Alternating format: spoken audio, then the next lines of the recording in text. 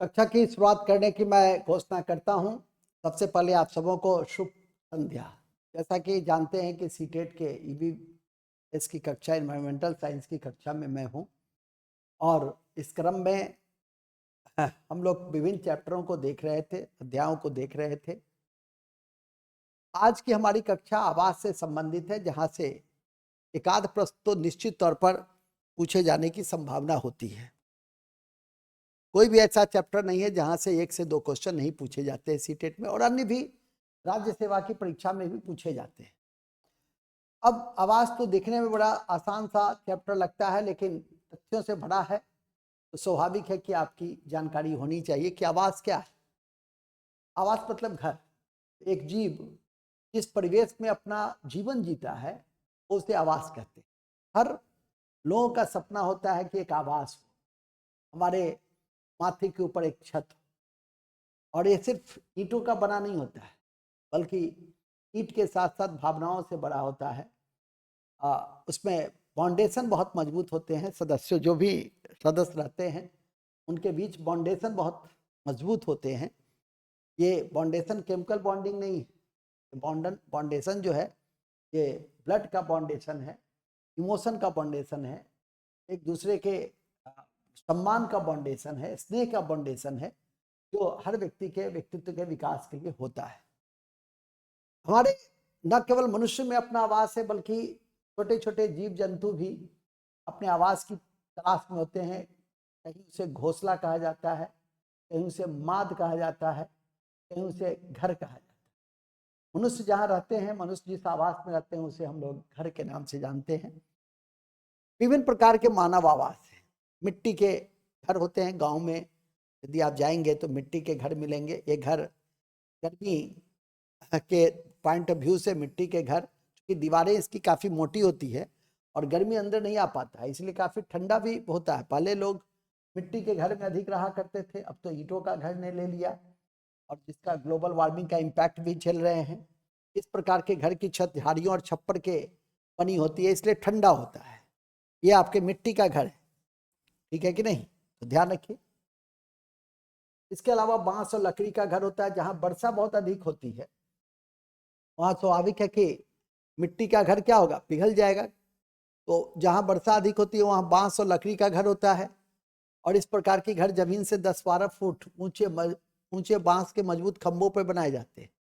आसाम में, भारत के आसाम में, या जो भी उत्तर पूर्वी राज्य इस तरह का, जो भी उत्तर पूर्वी राज्य है वहाँ इस तरह के घर को आप देख सकते हैं, जो पानी का ठहराव नहीं हो सके। तो ये एक इम्पॉर्टेंट है। इसके बाद आजकल शहरों में ईंटों का घर देखा जाता है, मैदानी भाग में ईंटों का घर देखा जाता है, मतलब इस तरह के घर देखे जाते हैं, ठीक है कि नहीं, जो दूर से देखने में काफी आकर्षक दिखते हैं। नेक्स्ट, ये मानव आवास का एक बहुत इंपॉर्टेंट है, जो आपकी परीक्षा में कई बार पूछा है, और वह है इग्लू। उत्तर अमेरिका के, ग्रीनलैंड के, आर्कटिक क्षेत्र के टुंड्रा प्रदेश में निवास करने वाली एस्किमो जनजाति का आवास है, ठीक है। ग्रीनलैंड के आर्कटिक क्षेत्र के टुंड्रा प्रदेश में निवास करने वाली एस्किमो जनजाति का आवास है, जो काफी महत्वपूर्ण है। एस्किमो लोग ठंडी खाल और बर्फ के सख्त टुकड़ों को जोड़ करके इग्लू नाम का गुंबद नुमा डोम बना के रहते हैं, मतलब इस तरह का रहता है। और शीतकाल के कड़कदार ठंड इन मकानों की मजबूती को बढ़ाती है। इग्लू के अंदर दीवारों तथा फ्लोर पर सील मछली की खाल लगाई जाती है। ये सील मछली को याद रखिएगा कि इग्लू के अंदर, इग्लू क्या है तो बर्फ का घर है। किसका है तो एस्किमो जनजाति का है। ये एस्किमो जनजाति कहाँ रहती है तो ग्रीनलैंड, ठीक है, आर्कटिक क्षेत्र। और क्योंकि इसके घर अंदर से काफी गर्म होते हैं, क्योंकि मनुष्य का जो टेम्परेचर है वो अंदर रहता है, तो स्वाभाविक है कि वो उससे गर्मी पैदा होती है और बाहर नहीं निकल पाती है। तो इस तरह से इन बिंदुओं को देखना है। इसमें एक छोटा सा द्वार होता है। द्वार का प्रयोग लेटकर अंदर बाहर जाने में किया जाता है। इस तरह का द्वार होता है। तो बहुत छोटा सा, अंदर से आप देखेंगे तो बहुत छोटा सा द्वार है। तो इस तरह से इस एस्किमो और इग्लू को आप याद रखेंगे। सील मछली की खाल लगाई जाती है, तो स्वाभाविक है कि इस सील मछली को भी याद रखेंगे। डोम शेप्ड होता है। कभी कभी ये भी पूछ सकता है कि गिलों के विषय में सत्य पर विचार करें। तो जहां जहां मैंने अंडरलाइन किया है उसको आप याद करके रखेंगे तो आपको कठिनाई नहीं होगी। इसके बाद 3 प्रकार के मानव आवास हैं, जैसे टेंट है, अस्थायी निवास है, कहीं पर्यटन करने आप जाते हैं तो इस तरह का टेंट हाउस होता है। हाउस बोट, जैसे कश्मीर में आप जाएंगे तो हाउस बोट आप देखेंगे, लकड़ी से बना घर होता है, पानी के ऊपर तैरता है। कश्मीर और केरल में इस तरह का पर्यटन को बढ़ावा देने के लिए इस तरह के हाउस बोट होते हैं। इसी तरह से पिग्मी जाति का आवास है। पिग्मी जनजाति जो है वो शिकार पर निर्भर रहता है और शिकार पर निर्भर रहने के कारण अपना स्थायी घर नहीं बनाता है। जंगली जीवों से सुरक्षा के लिए अपनी झोपड़ी जो है, इसका सबसे बड़ी विशेषता है कि वृक्ष पे बनाता है। इसकी झोपड़ी जो है वो वृक्ष पर बनती है और इसकी झोपड़ियां मधुमक्खी की छत्र की तरह गोल बनाई जाती है। क्योंकि यह शिकार करता है तो पिग्मी ही एक ऐसी जनजाति है कि जिसके जो घर होते हैं वो वृक्ष पर होते हैं, झोपड़ी बना के रहता है। तो इस पिग्मी जनजाति को याद रखिएगा। झोपा ग्रामीण क्षेत्र में, ये जो है झोपा, ये ग्रामीण क्षेत्र में पश्चिमी राजस्थान के क्षेत्र में ये देखे जाते हैं झोपा। तो झोपा कहाँ है? झोपा राजस्थान के क्षेत्र में देखे जाते हैं। 3 प्रकार के अन्य जो मानव आवास हैं, जैसे परवा, मरुस्थल में बनाए जाने वाले घर हैं।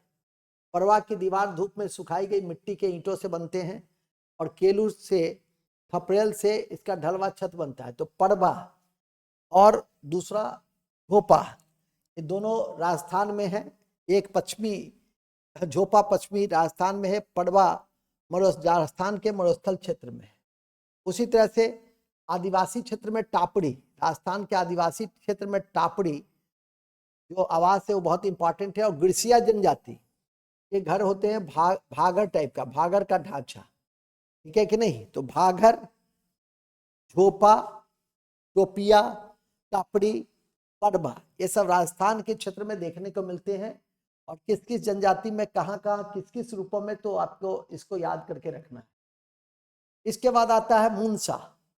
ये मुनसा जो है सो एक भोटिया जनजाति है। ये शीतकालीन आवास है मुनसा, उत्तराखंड में। उत्तराखंड में मुनसा और मैथ, ये भुटिया का ग्रीष्मकालीन है। मैती जो है ये ग्रीष्मकालीन आवास है। अब भुटिया आपका मुनसा जो है वो भुटिया जनजाति का शीतकालीन आवास है। तो इस दोनों को ध्यान करके रखना है, मुनसा और मैथ। इसके बाद आता है ट्यूपिक, एस्किमो लोगों के चमड़े के बने तंबू जो ग्रीष्मकालीन आवास हैं और ध्रुवीय भालू की खाल के ये बने होते हैं। इसको हम ट्यूपिक कहते हैं। ट्यूपिक होता है एस्किमो लोग के द्वारा ये घर बनाई जाती है। तो ये जितने घर है, ट्यूपिक, मैती, मुनसा, भागर, टापड़ी, पड़वा, झोपा, ठीक है, इग्लू, ये सब घर के जो टाइप्स हैं, इसका कैसे किस रूप में बनाए जाते हैं, कि किसका क्या फीचर है और किस जनजाति और किस क्षेत्र में है, उसको आप जरूर याद करके रखिए तो आपका काम चल जाएगा बेहतर तरीके से। क्योंकि अब तक जितने भी प्रश्न आए हैं सो इसी एंगल से पूछे गए हैं। 3 प्रकार के और भी मानव आवास हैं, जैसे किस्ताऊ, कजाकिस्तान की किर्गिज जनजाति, ये इसके जो आवास होते हैं वो घास के बने होते हैं, किस्ताऊ, ठीक है, घास के बने होते हैं, शीत ऋतु में निवास करते हैं। किस्ताऊ कजाकिस्तान का निवास, कजाकिस्तान में किर्गिज जनजाति का ये क्या है, ये मध्य एशिया की जनजाति है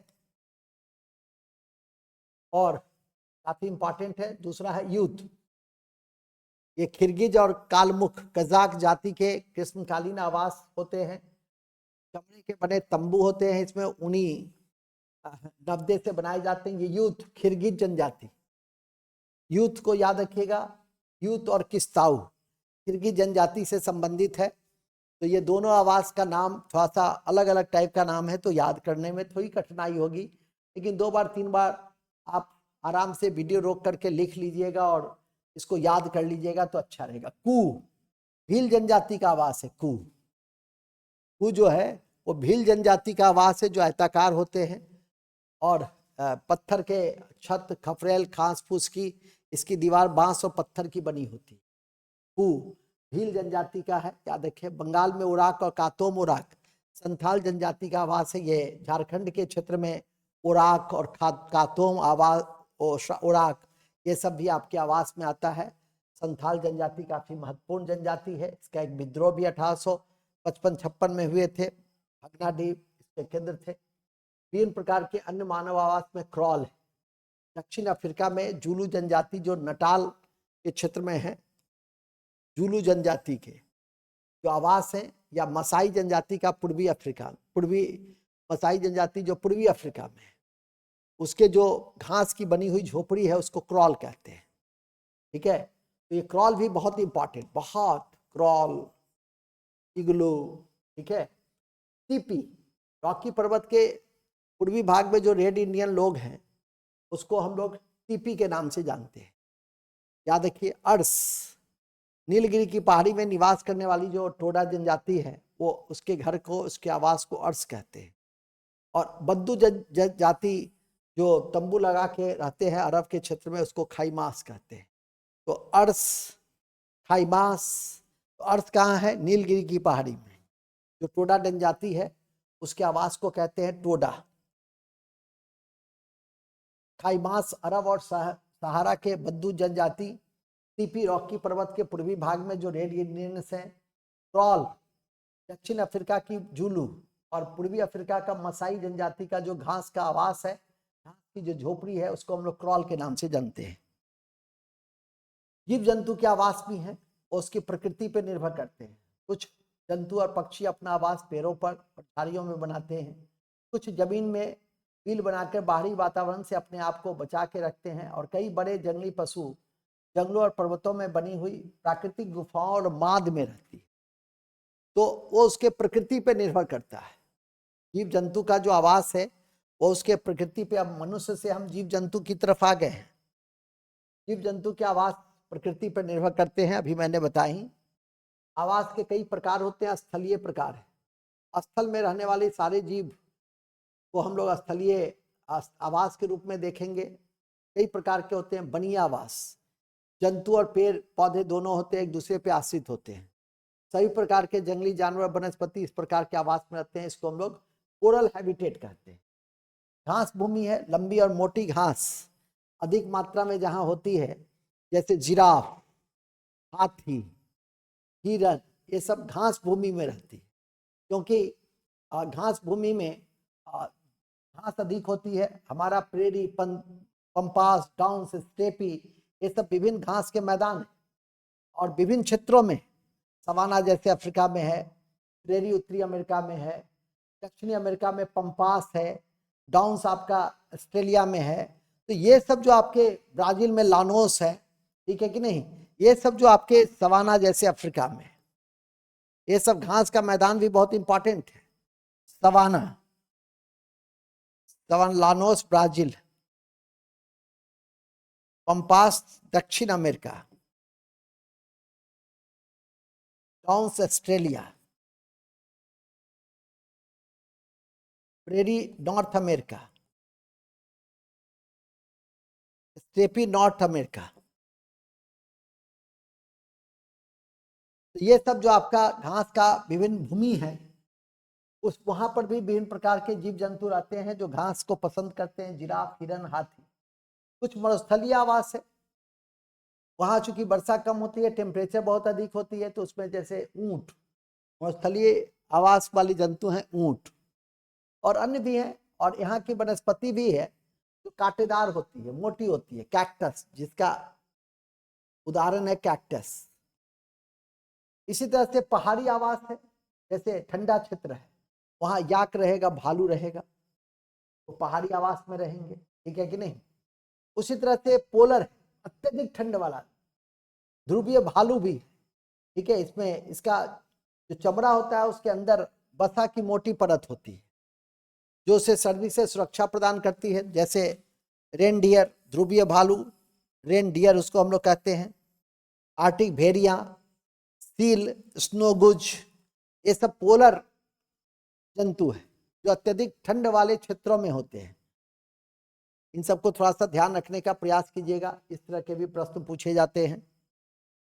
जलीय आवास है, एक ताजा जल में रहते हैं, जैसे विभिन्न प्रकार के मछली, केकड़ा, मगरमच्छ, टेडपोल, ये सब, ड्रैगन फ्लाई, ये सब आपके ताजा में रहते हैं। कुछ समुद्री आवास वाले रहते हैं, whale, dog fish, star fish, jelly fish, octopus, shark.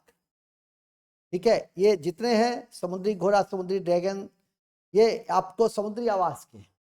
Whale सबसे अच्छा याद रखिए, whale, dog fish, star fish इत्यादि।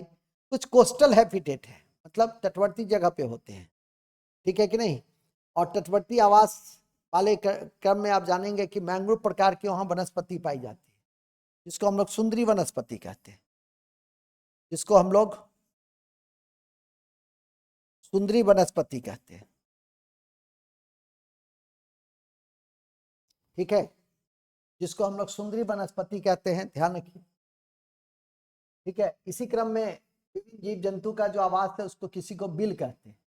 यदि धरती में वो छेद करके रहता है बिल, जैसे चूहा, सांप, खरगोश, इसलिए निचले फर्स्ट फ्लोर में, नीचे ग्राउंड फ्लोर में बहुत लोग रहना पसंद नहीं करते, क्योंकि यहाँ बिल की संभावना होती है।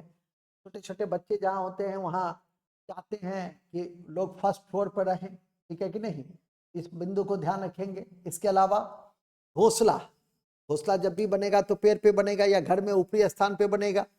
बुलबुल, कटगोरबा, चिड़िया, कबूतर, ये सब जो शांति का प्रतीक है, कबूतर, ये सब घोंसला में रहता है, पेड़ के कोटर में रहती है। गिलहरी जो है पेड़ के कोटर में रहती है। माद, गुफा में शेर, भेड़िया, लोमड़ी, बाघ रहता है। केनल, कुत्ते का आवास है, बचपन में भी अंग्रेजी वर्ड में पढ़े होंगे केनल, तो कुत्ते के आवास को कहते हैं।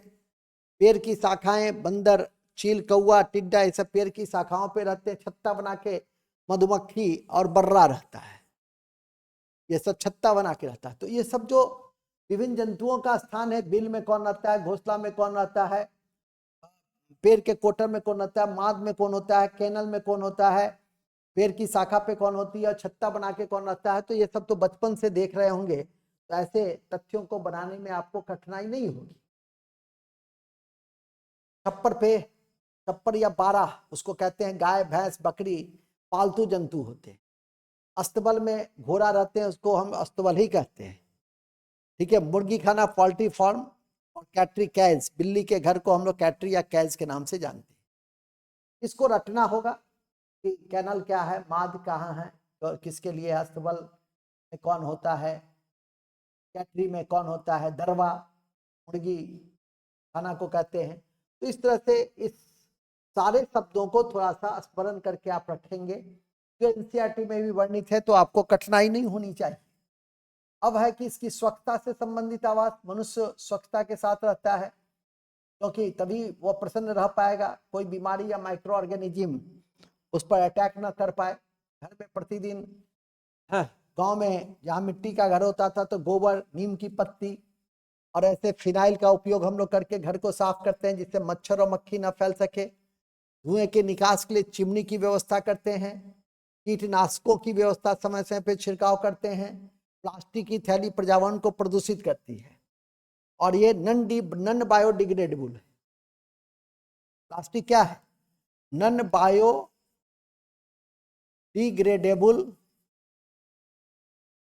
है, तो स्वाभाविक है कि ये पर्यावरण को ही प्रदूषित करती है। 2 अक्टूबर 2014 से भारत सरकार ने स्वच्छ भारत मिशन की शुरुआत की थी, इसीलिए कि गांव स्वच्छ हो तो बीमारियां कम हो, तो लोग अपने बचत का शिक्षा और अन्य बिंदु पे खर्च कर सके। राजस्थान में एक जगह है बीकानेर, वो शौच से मुक्त होने वाला पहला जिला था।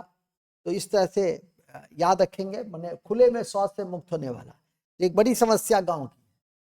आवास निर्माण की विभिन्न प्रकार की सामग्री का उपयोग करते हैं। ईंट का हम उपयोग करते हैं, पत्थर का, कंक्रीट का, बांस का, बल्ली का, गोबर का, मिट्टी का, रेत का, चूना का, सीमेंट का, ककड़ी के, लकड़ी के लट्ठे का, से इन सब का हम उपयोग करते हैं। संगमरमर के टाइल्स का, इत्यादि का हम लोग उपयोग करते हैं। और संगमरमर का टाइल्स विशेषकर, चूंकि संगमरमर राजस्थान के मकराना से आता है, तो राजस्थान में बड़ी आसानी से जो है सो टाइल्स लगे हुए घर आपको मिल जाएंगे, क्योंकि वहाँ सस्ते में मिलेंगे और राजस्थान से बिहार आने में थोड़ा महंगा होता है, तो यहाँ लोग सीमेंटीकरण करते हैं। तो ये सब आवास के निर्माण की सामग्री है, जो पिछला आपने जो पढ़ा मनुष्य के आवास में, वो आप बड़ी आसानी से इन सब चीजों को ध्यान में रखेंगे। एक मिट्टी भी होती है लेटराइट, ग्रीक शब्द है, इसका अर्थ ईंटा ही होता है। और मकान बनाने में काफी काम देता है। और लास्ट में है थैंक्स फॉर वॉचिंग। आशा करता हूं कि आवास से संबंधित जितने भी तरह के प्रश्न बनते हैं, न केवल मनुष्य के आवास बल्कि जीव जंतु के आवास, उसके विषय में पढ़ा, आवास क्या है, उसकी क्या महत्ता है, इन सभी बिंदुओं की आपने संक्षिप्त परिचर्चा देखी। अब कोई भी क्वेश्चन आप आवास से जुड़े हुए जो पूछे हुए प्रश्न है उसको बनाएंगे तो मुझे लगता है 99% आपका बन जाएगा। थोड़ा सा कॉन्सेप्ट रखिएगा, थोड़ा सा परसेप्शन रखिए तो दिक्कत नहीं होगी। इन्हीं शब्दों के साथ शुभ रात्रि। Thank you.